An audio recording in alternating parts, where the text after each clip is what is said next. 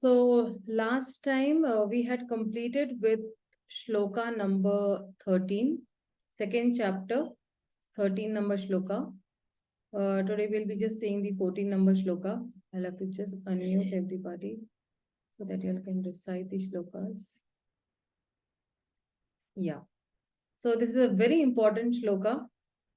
If you see, you can repeat after me. Matra sparshastu kaunteya.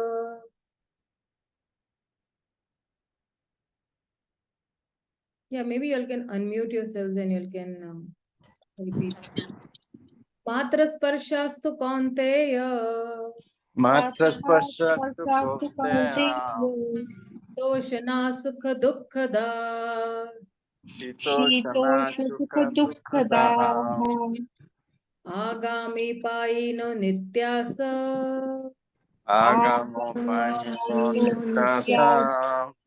So whenever there is a comma in front of any word like this, it is anityasa. Agama payino in nityasa. But that we just gulp it down inside, but that is anityasa, okay? Agama payino anityasa. Agamopayano Nityasa Tamsi tikshva bharata. Tamsitiksha Bharata Matra sparshastu kaunteya. Matraspashastu Kantaya Doshana sukha dukkhada. Shitoshana Sukha Dukkada Agama payino nityasa. Agamopayano Nityasa Tamsi tikshva bharata.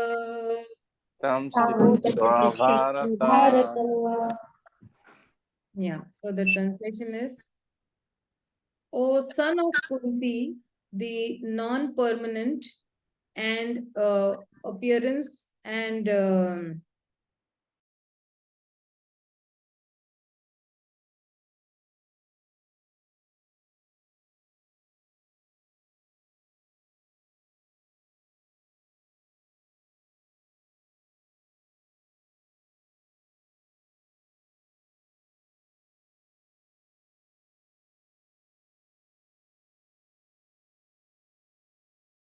Mataji can't hear you. oh, I'm sorry.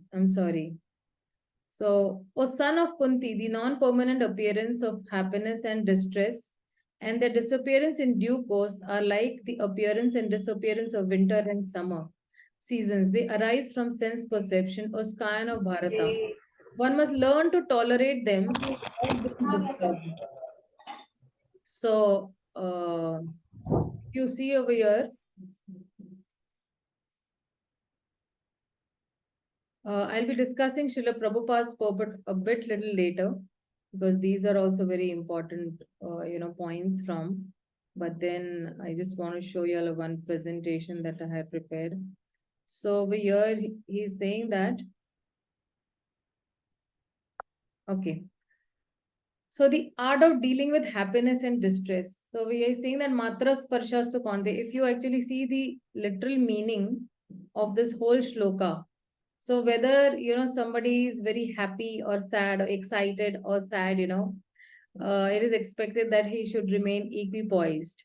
So the whole context is that Krishna wants to say that the soul is ever alive, the body is never alive, and but Arjuna's argument is that like my interactions are through the bodies, and that is why I always experience that what is happiness, what is distress, in that context I am seeing.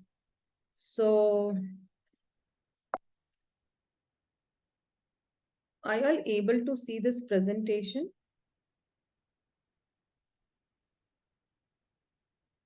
Okay, I haven't shared that presentation, that's why. Okay.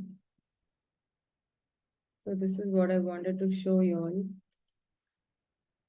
Yeah, so over here, Arjuna is saying, but I'm actually interacting, through the bodies. I'm just seeing, okay, these are my relatives, these are my friends, these are my uncles, these are my gurus. So I'm interacting in that way. So Krishna is explaining, he's saying that matra sparshastu konteya, this experience of sense objects, konteya, O Kunti, it is arising from how it is arising from sense perception. So heat, cold, sita, ushna, sukha, dukha, happiness, distress, these are actually, the dukkha da, these are the causes. So agama pain, how are they? They are appearing and disappearing. They are temporary. And how are they? They are temporary. So heat and cold is also very temporary. Today we have summer, tomorrow we'll have winter.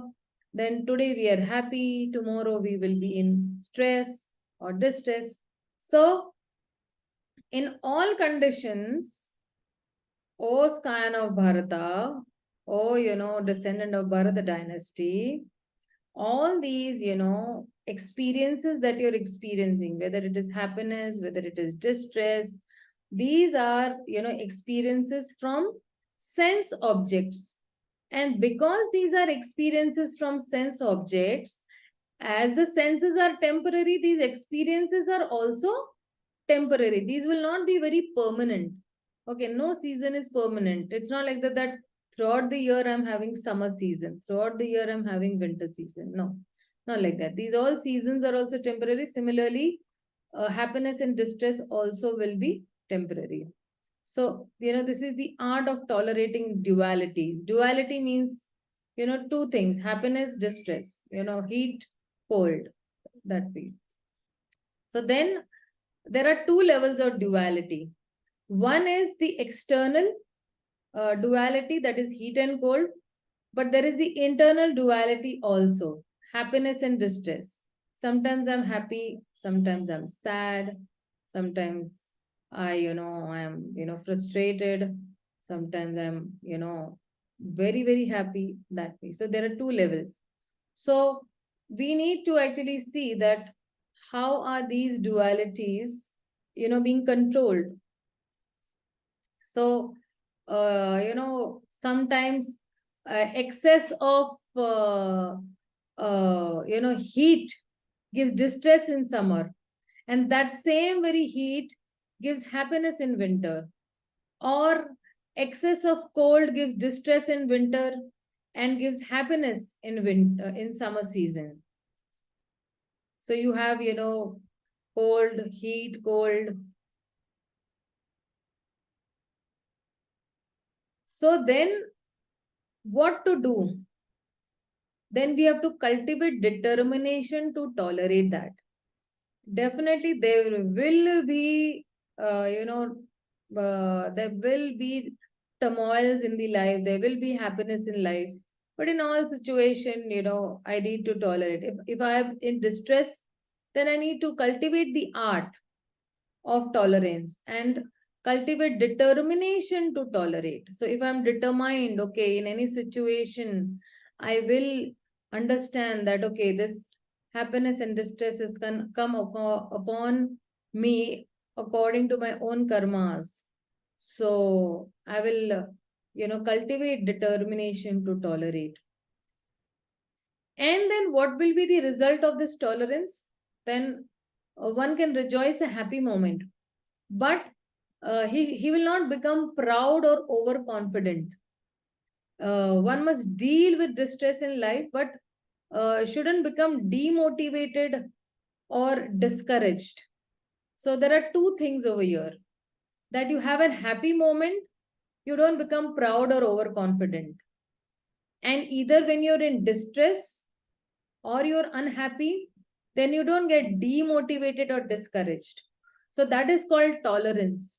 So when you have that determination of tolerance, then what will happen in both the situations? In the happy moments, you will be very humble. You will be very cool and calm.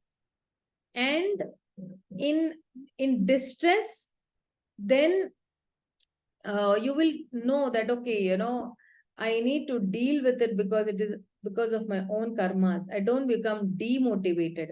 I don't become discouraged. I find out newer ways. I gather my own courage and I deal with my distress. I learn the art of dealing with my distress. So, and both these, happiness or distress, are, what is Krishna saying? They both are temporary. And because these two are temporary, then we must learn to tolerate. Like Prabhupada also gives in the purport, he says that if a woman is cooking in the kitchen in the month of June and July, so she does not say, oh, it's very hot, I'm not going to enter the kitchen and I'm not going to cook. So the family members will say, oh, what about our bellies? We are very hungry. If you don't cook, then how are we going to eat? And how are you yourself going to eat? So a woman tolerates that heat, and in extreme winters also, we tolerate the winters. We, pack ourselves with, jackets and sweaters. So we are tolerating both. We are tolerating the heat also, and we are tolerating the cold also. Similarly, we are tolerating happiness also, and we are tolerating distress also. So Krishna is suggesting that, Arjuna, you please tolerate. Then he's saying that cultivate determination to tolerate, which means what? He's saying that your duty must be done despite all dualities. So the mother's duty is to cook in spite of all that heat and cold, and whether she's ill, whether she's all right. So she's doing her duty, right? She's performing her prescribed duty as a mother, right? So when she is, doing her duty, again, she's cultivating tolerance, equanimity, and then she will be, sama dukkha sukham dhiram. Dhiram means the one who is, very tolerant. And he will, tolerate even the worst of the worst situations. So when a person, is cultivating determination to tolerate, then the Supreme Lord also helps him out from within. And then Krishna is saying how to tolerate, how to develop tolerance, because its tolerance is very this, because a slight provocation also, people get angry, people remove guns, people are physical with other people. So we should meditate on the matter's temporary nature, and we should meditate on the spirit's eternal nature. Matter is a temporary, right? Everything is temporary in this material world. So whatever you see in this material world over here is matter, dead matter. Okay. And it is made up of, 5 elements: earth, water, air, fire, ether. So when you understand that, oh, this is temporary, today is hot, tomorrow it will be cold, definitely. So it is very temporary. And I just need to tolerate it. So you understand that, okay, many times people are not very happy, people are sad, people have some or the other problems. So we should just understand that, okay, this is very temporary nature. It is going to bypass. It's not going to remain permanently with me. This is temporary. But I am permanent. I'm eternal, right? And in these dualities also, how am I Krishna conscious? How I'm trying to remember the Supreme Lord on a daily basis, in spite of having all these dualities. How do I, sail with these dualities and understand the Spirit's eternal nature? So then, if we practice and cultivate tolerance, dualities will never give us distress. So because, people, fail to cultivate tolerance, because nowadays in Kali Yuga, what is in the slightest provocation and there is, a blast. So we should understand that dualities will not give us distress when we practice tolerance. So the result of tolerance is that if we have, a balanced life, and we don't complicate our life too much, like, So Arjuna, Krishna is not saying that in the name of tolerance, one should, allow himself to be exploited. No, we need to take some necessary action. So, for example, somebody is troubling us. That doesn't mean that, we, tolerate. Of course, we will give him some, action back again.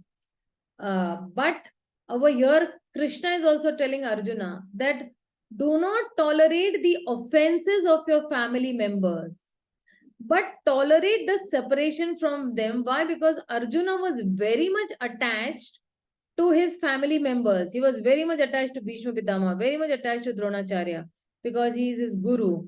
He was very much attached to all the other family members also. And that is why he was not ready to fight. So Arjuna is telling Krishna that do not tolerate whatever offenses the Kauravas have done.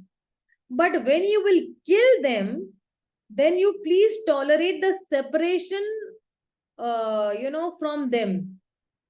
This is what Krishna is telling Arjuna, that how you should have a balance and don't complicate your life. So, for example, if Arjuna did not fight the war, then what would happen?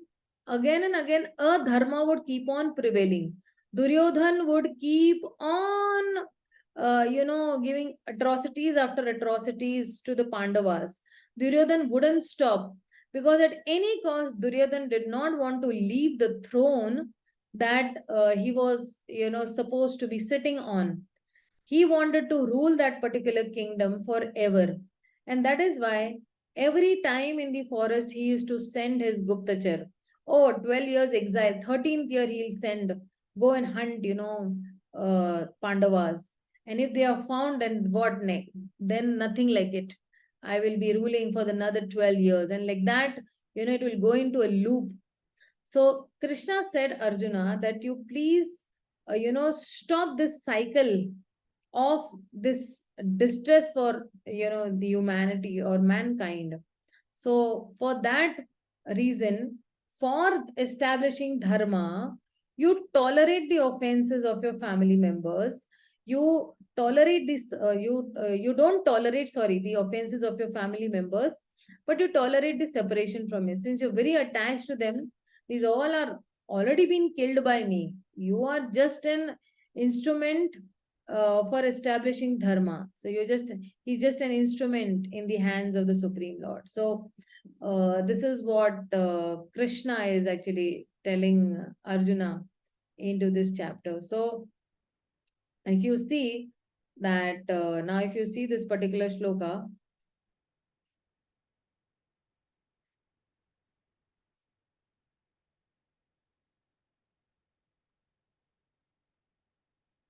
so now Prabhupada is also saying that, proper discharge has to be, one has to learn to tolerate non-permanent appearances and disappearances of happiness and distress. So sometimes, in Prabhupada is mentioning that we take a bath also in the month of December and Jan with cold water. So all these seasons, winter season, summer season, these are all temporary. And so when Prabhupada is saying over here in the shloka, or in the, what do you say, purport, he's saying that tolerate dualities. So one should not abandon religious duties due to some bodily inconvenience or transformation. So what does it mean that abandon religious duties? So that's where actually Prabhupada is saying that, see, it is religious duty means what? In the morning, people wake up in the winters and they have a bath. But if you see in other countries, people don't have a bath. 1 month, 2 months, sometimes they don't have a bath. And sometimes for days together, they will not have a bath. But in India, if you see, people every day will have a bath at least thrice. That is the Brahminical standard. Brahmanas will have bath twice. Shudras will not have a bath even once a day. They will see to it that they will keep on procrastinating. Oh, not today, tomorrow, not, tomorrow, day after tomorrow. So, uh, so one should not abandon these religious duties because these are, very temporary inconveniences, or And these inconveniences or transformations are there because they're arising from sense perception. Sense perception means what? Oh, I'm very happy. It's within the mind that I'm happy, I'm sad. He did this with me or she did that with me. You're perceiving with your senses, which are actually incomplete senses. They are limited senses, and these are defective senses, right? Sometimes what we perceive, it might not be. So for example, two people are talking and you're bypassing. Okay, so what will you think? Oh, they're talking about me only. Maybe they might be laughing also, but you're thinking that, oh, I think they're talking about me. Just because I bypassed, they are talking about me. So these are like, sense perceptions. You keep on concocting with your senses something which is not true. And that is why Krishna is saying that you learn to tolerate them without being, disturbed. So if you see the practical application of this, that we have a prescribed duties which are very much important for our spiritual advancement. So what are our prescribed duties that we have? We have to chant, we have to read, we have to bow down to the Supreme Lord. Whatever I'm eating, I'm offering to the Supreme Lord. These are many, and there are many other prescribed duties also that are there for spiritual advancement.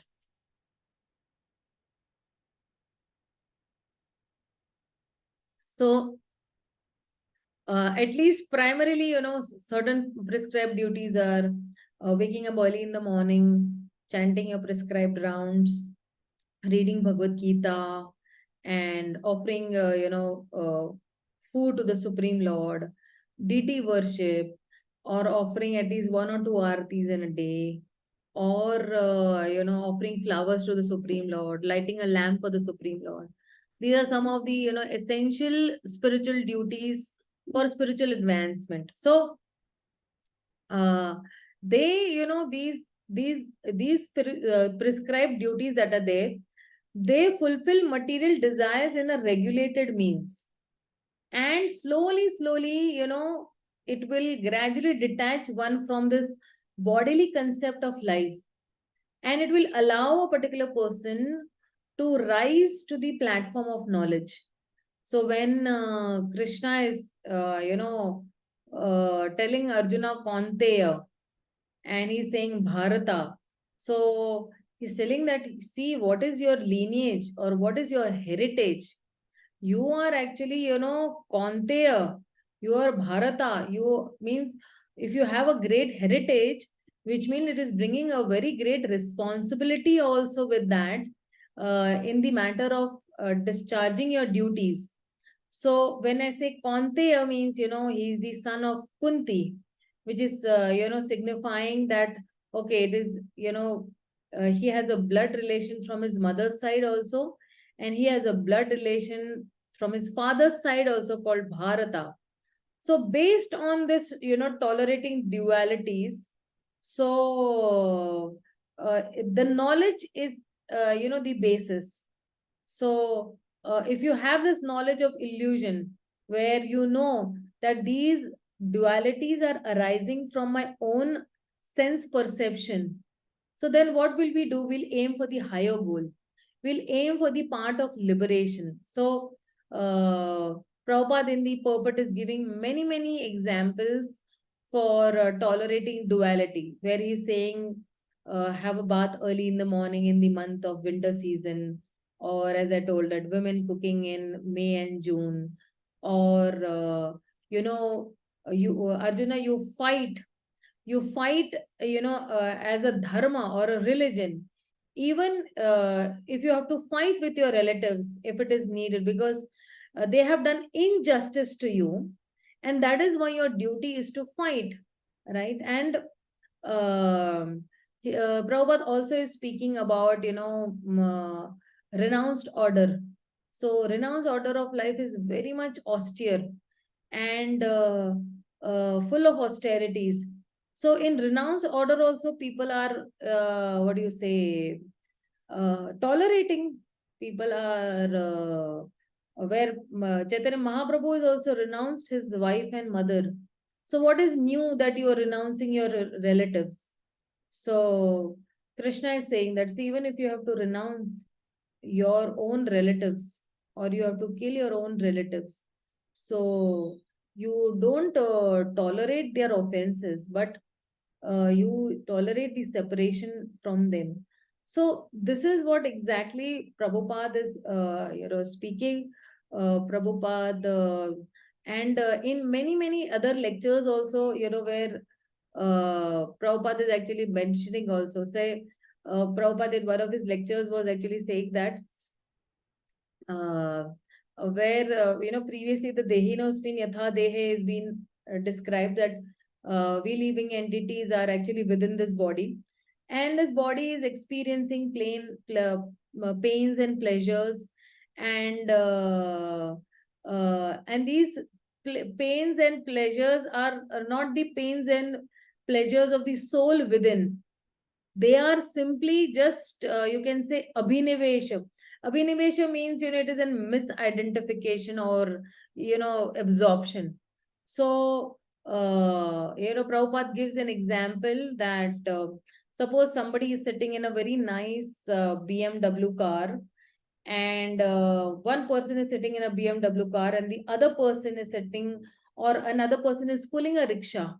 So then, suppose this rickshaw has come in front of this BMW car, and this driver is, addressing this rickshaw driver, hey rickshaw, So he is thinking. So for sometimes is an auto. So that auto man is thinking, or rickshaw man is thinking, okay, he is auto or he is a rickshaw, because he is sitting in that rickshaw, he's sitting in that nice rickshaw, he's thinking that he's only rickshaw. Or that rich man who's sitting in the BMW car, he's thinking that I have become this BMW car. So the man who is pulling the rickshaw is a human being, and the man who is driving the BMW car, he is also a human being. But because he is sitting in this BMW car, he is thinking that I am this BMW car. And this is the material conception of life, that according to this body, we become designated. And, so through this example, it is very clear that if I'm sitting in a particular place, I think that this is I am, it's a wrong conception of my life, that I think that, okay, I'm so. Similarly, if with this body also, people think that I am male, I am female, I am a dog, I am a cat, I am a monkey. So when we get out of this bodily conception of life, then that is real knowledge.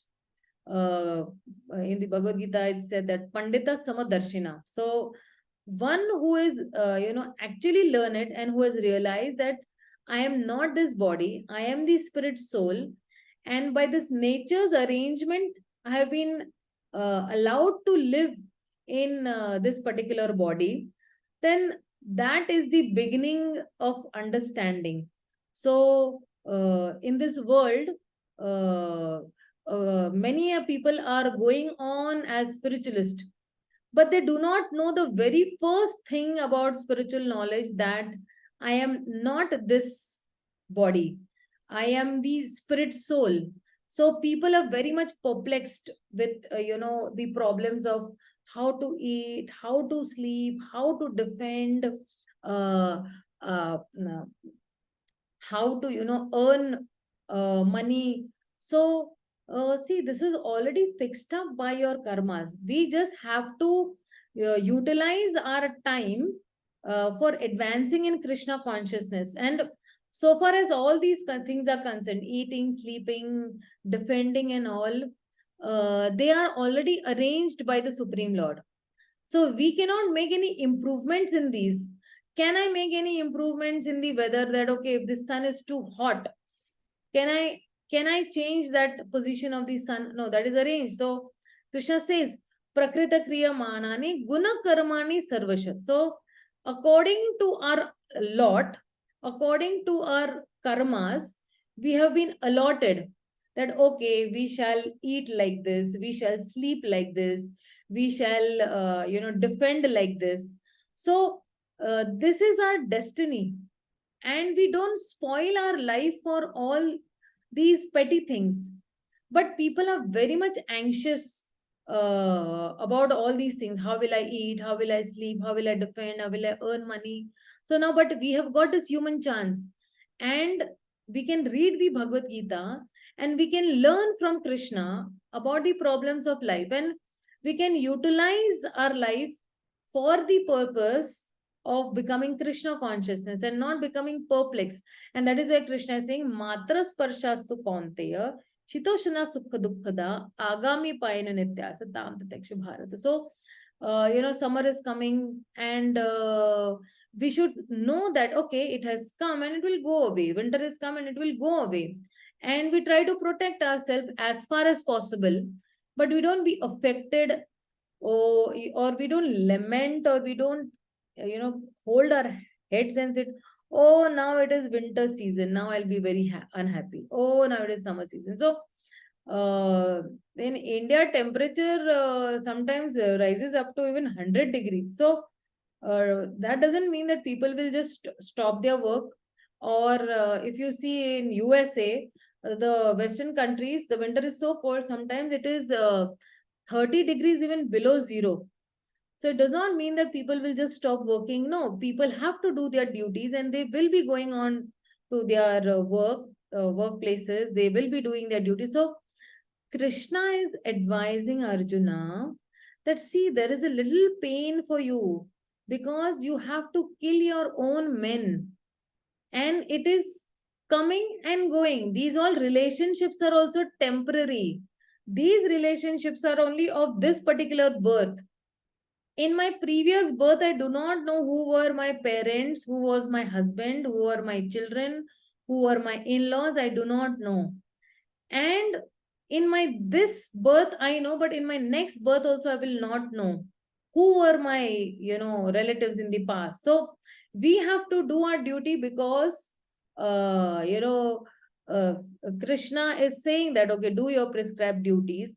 And Arjuna has to do his duty, that he has to fight, but he is fighting under the guidance of the Supreme Lord. So Krishna is saying, don't be bothered by these sense objects, matra sparsha. So matra means, actually in Sanskrit is skin, touch. People, just a sec.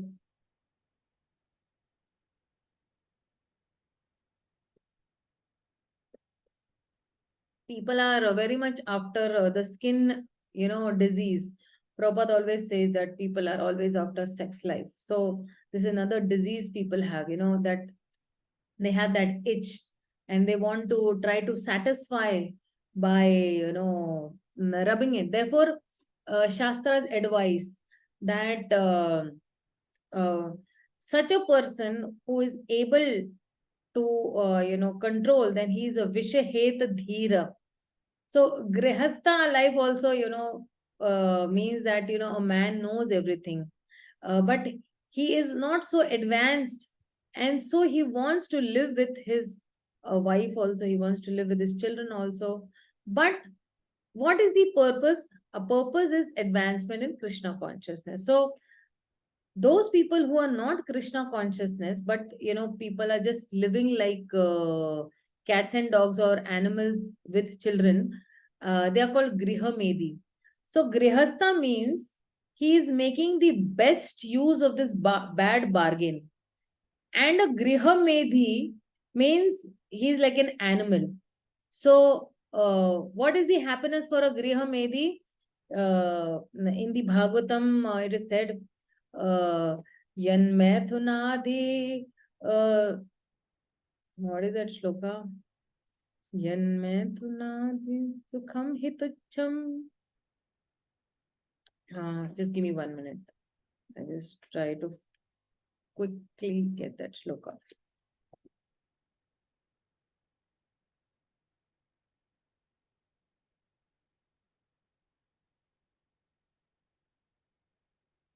Samyanme tunadi griham sukham hitakum.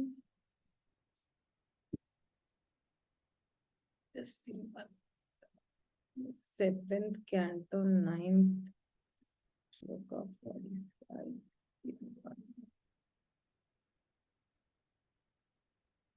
I'm sharing this with you all, okay? So that it's easy. Yanmathunadigrahmedi sukham hitucham Kanduyayena karayoriva dukkha dukkham tripyanti neha kripana bahu dukkha bhaja Kandutivan manasi jam vishaheta dhira. So he says that sex life is compared to rubbing of two hands to relieve an itch.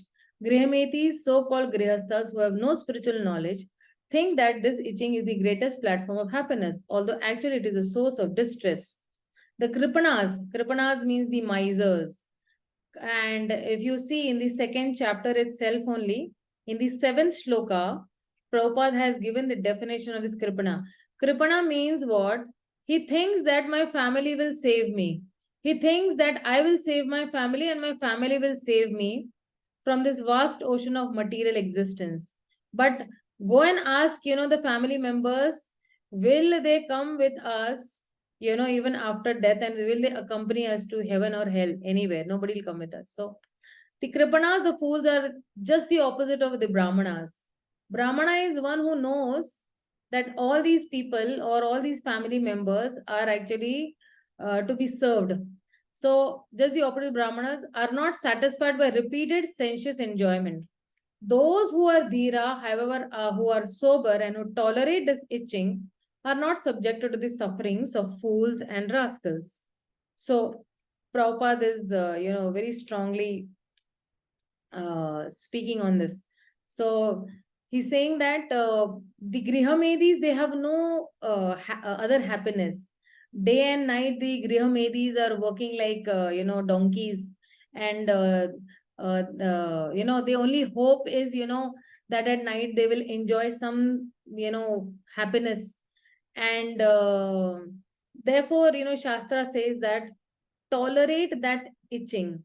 Don't be implicated in that repeated cycle of birth and death. And that is why he's saying that Vishaheta Dhira. So Dhira is a sober person who's advancing, and he will tolerate also. He'll tolerate that itching sensation and he'll be happy. Why? Because that is not so much of a necessity. That is only the skin disease. So it is a skin disease. Why? Because I am not the skin. I am the soul. And my duty is to serve Krishna. So Krishna is telling Arjuna as Purusha Sharbha, the best of the men. He's saying that. Matra Sparshastu Konte, Sitoshna Sukha Dukkhada. He's saying that, see, you're the best of, mankind. You are my friend, you are my dear friend. So he's, Krishna's personal friend. So who can be better than, Arjuna? So why is the best of men distressed about executing his duty? Then why is Arjuna distressed? So that is why Krishna is, encouraging Arjuna that, hey, you're the best. Sometimes see, if somebody is demotivated, somebody is discouraged, what do you do? Are you are such a wonderful. What do? You keep on encouraging that person. So what is Krishna's role over here? He's encouraging Arjuna. Hey, you're the best of mankind. Why are you getting distressed? You're the best of men, kind of Bharata. So actually, the best of men do not get disturbed by any material condition.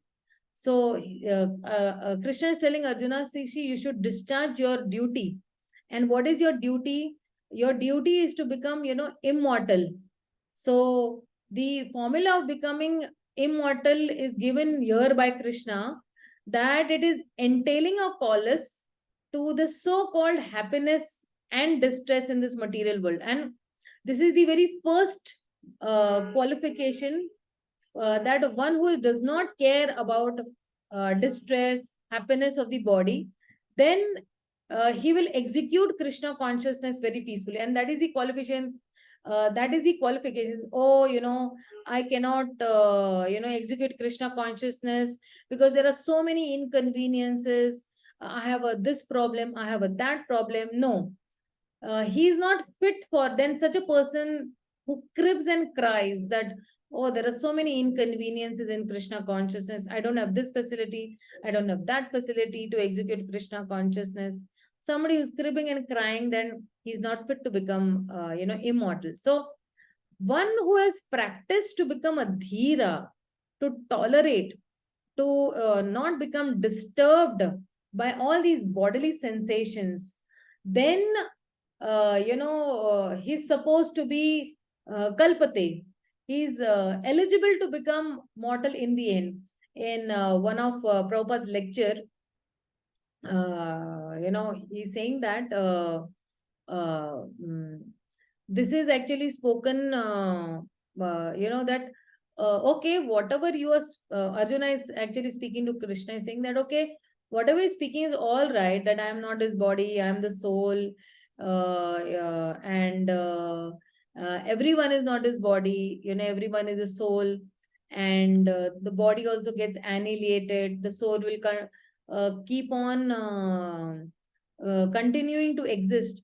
But when I see, that my son is dying, or that I am, killing my grandfather, then how can I, console myself that, okay, my grandfather is not dying, or that my son is not dying, because simply the body is changing.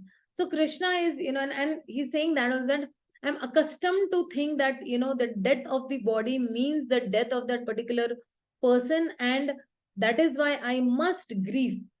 So then, there's a conversation where Krishna is also replying that, okay, yes, what you're saying is that's a fact. You must tolerate. That's all. There is no other remedy. Krishna is saying that, Tam tatikshva bharata. You please tolerate. So Krishna never said that what Arjuna had said are not facts. He's saying that, yes, I know that when my son is dying, he's changing his body. Or when my grandfather is dying, he's changing his body. I know this. But still, because I'm not affectionate on account of the skin, I must, suffer. Sorry, I'm affectionate on the skin, and I must suffer. So Krishna is saying, yes, suffering is there because uh, you are also in the same bodily concept of life. So suffering must be there, and there is no other remedy. If you are suffering, then what do? You tolerate that particular suffering. So this is what Krishna is saying, and ahead also he will in the 15th shloka also he'll be saying the same thing. In the 15th shloka also he says the same thing, that yeah, you need to tolerate, you please tolerate, because all these things that are there, if you don't tolerate, then what's the use? So even in the 15th shloka, Krishna is saying that you please focus on the higher goal of liberation and overcome these dualities of happiness and distress. So Krishna will continue this same topic in the 15th shloka also.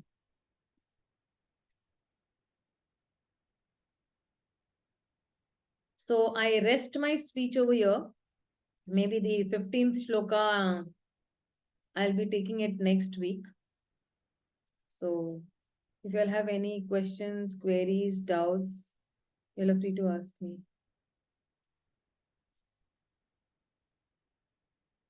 I have unmuted everybody, so you can unmute yourself.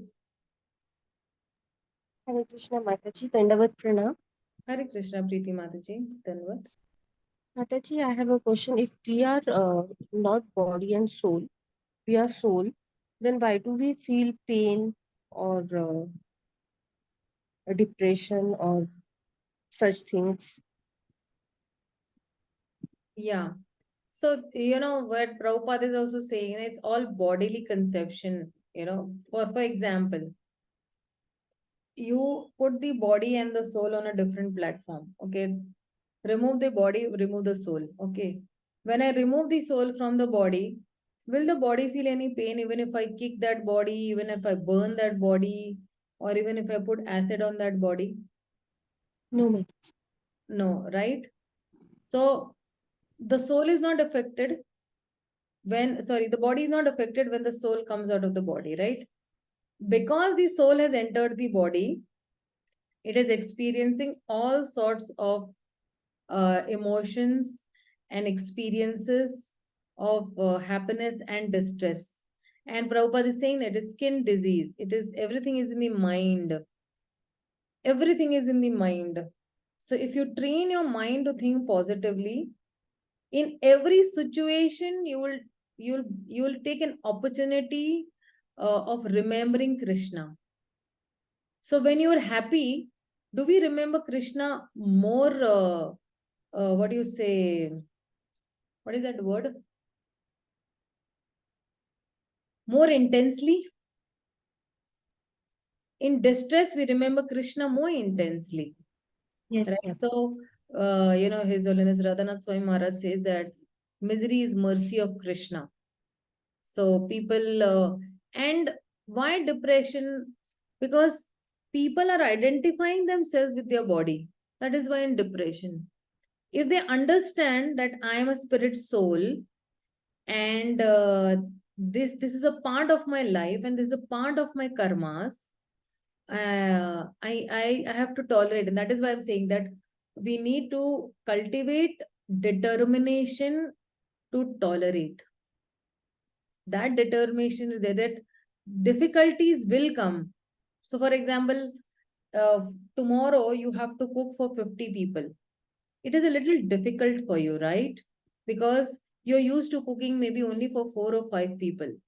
So now tomorrow if you have to cook for 50 people, it's a little stress for you, right? But if you're well prepared in your mind one day before or 2 days before, that yes, there are 50 people coming, I have to cook, then what do? You make your plans. I have to go to the market, I have to go and buy certain things. And then that whole, cooking will become a very good experience. It will not become a stressful experience. And you club that activity with hearing, a lecture or so. That activity will become very, blissful activity. So in your mind, you have prepared that I have to cook for you. But all of a sudden, somebody backfires you. Then what happens is you are thinking that, okay, I am the body and that person has told me this. So you are assuming yourself to be the body. But for example, somebody criticizes you and he says that, okay, so and so person is, very bad person. So you know that you are a pure soul, but temporarily you are covered, right, with the 3 modes of material nature. But originally, every soul is very pure. So even before criticizing somebody, we need to just hold on to our, thing that, oh, whom am I talking about? I am talking about a pure soul. She is pure, I am pure, everybody is pure. But because everybody is just been covered by the 3 modes of material nature, there is a covering which is there on that particular soul. And that is why I am identifying with the body. So he's not telling the soul, right? So for example, if I tell something bad to you, I give you some bad words, okay? What happens is it affecting your soul? No, it's affecting your body. No, it's not affecting anything. Why? Because that thing cannot touch the soul at all. So if we take this in a positive sense, and if we are well prepared that there will be distress in my life, my whole life is not going to be a bed of roses at all. There will be turmoils in my life. There will be grievances in my life. There will be, trials and tribulations in my life. Krishna is definitely going to put me in a test. He is, according to my karmas, I have to suffer happiness and distress both. If I'm happy in my, whatever I'm doing, then I should not, when I'm happy, do I complain? No, I don't complain to anybody when I'm happy. Then I should not be complaining when I'm in distress also. So there is one more shloka which says that uh,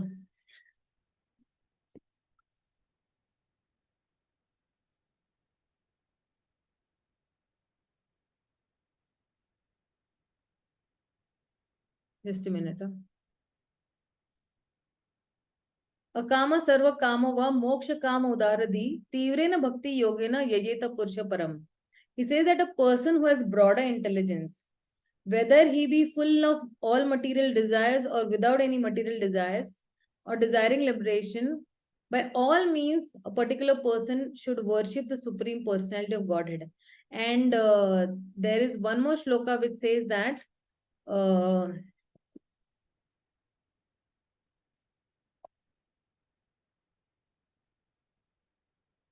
this is the right shloka, 10.14. Give me 1 minute, I'll just share with you. This is a very beautiful shloka. Prabhupada also has quoted this many times. Tattenukampa susamikshmano bhunjanayetvam dakritam vipakam hridvagavapurvir vidadhana namaste jivetayo mukti pade sadaya bhaka. This is 10.14.18. Sorry, 10.14.8. My dear Lord, one who earnestly waits for you to bestow your causeless mercy upon him, all the while patiently suffering the reactions of his past misdeeds and offering you respectful obeisance with his heart, words, and body, is surely eligible for liberation, for it has become his rightful heir. So that so anybody who is a legitimate son has to simply remain alive to gain an inheritance from his father. So one who simply remains alive in Krishna consciousness. So sometimes what happens now, people when they get distressed, no, they stop chanting. People when they're in distress, they lose faith. Oh, I'm chanting from such a long time, and Krishna is not even reciprocating with me at all. So then what happens is that he becomes dead. He goes away, means he's not chanting, so he's lost faith. So, but if a particular person still, in spite of having so much of reversals in his life, he keeps on, practicing Krishna consciousness and the regulative principle bhakti, then what happens? Automatically becomes eligible to receive the mercy of the personality of Godhead. Which means what? He will be promoted to the kingdom of Godhead. So if I'm tolerating all my reversals and trials and tribulations, I am very much eligible to go back home, back to Godhead. Because when I think that, okay, these all, miseries have come to me because of my own past karmas. Sometimes I have to suffer because of my own past karmas. And if I am surrendered in that condition also, then I become eligible to go back home, back to Godhead. आप ही ने ये तात्पर्य पढ़ लेना है इसका. I mean, you read the purport, you will get Yes, ma'am. inspiration. हरे कृष्ण माता जी, जो आपने सब बोला उससे रिलेटेड ये भी पूछना चाहूंगी. इसका मतलब ये है कि बॉडीली लेवल पे सब मतलब जो भी दोष गुना है वो है, और all souls are pure soul. Yes, we should consider all souls very pure. Right from an ant to a biggest elephant to Brahma also, they all are pure souls. It's just that, the ant or the monkey or the cow or, the human beings, they have been covered because of, and see, why do we get a body? We get a body according to our own karma, what we have performed. Okay. So if a particular person wants to sleep a lot, then he gets the body of a bear, bhalu. Okay. The bhalu keeps on, or the bear keeps on hibernating for six months. So if somebody wants to move around naked, then he gets the body of a tree. Okay, you want to move around naked, become a tree in the next birth. So that tree, what? The tree does not wear clothes. All that winter, summers, rainy season, he's standing, erect in all the conditions also. So we get bodies according to our karmas. Of course, we don't have to, laugh on those bodies that, oh, you got a body of a, this. No, we have to be compassionate enough. We have to understand that even I am in the same body. I have also performed some real bad karmas. And that is why I have this body. Otherwise, I would have had a spiritual body. I wouldn't be sitting over here on this earth planet. I would be in the kingdom of Godhead. I would be in Golok Vrindavan. Okay, Preeti Mataji. Yes, Mataji. Thank you so much, Mataji. Hare Krishna. Dandavat pranam. Any more questions, queries anybody has?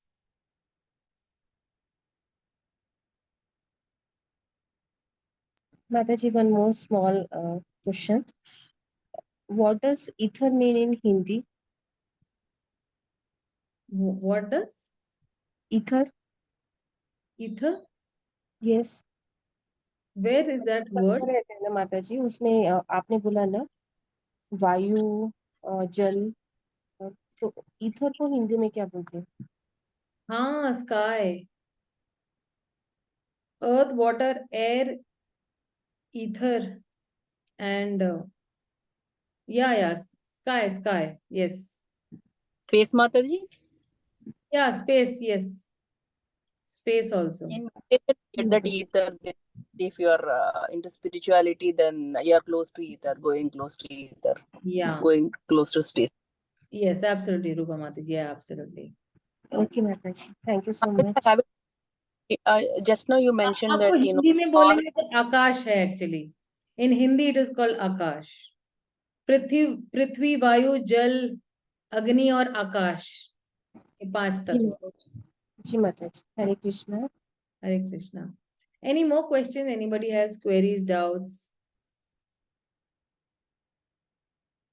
Okay, so if nobody has, then we'll wind up for the day.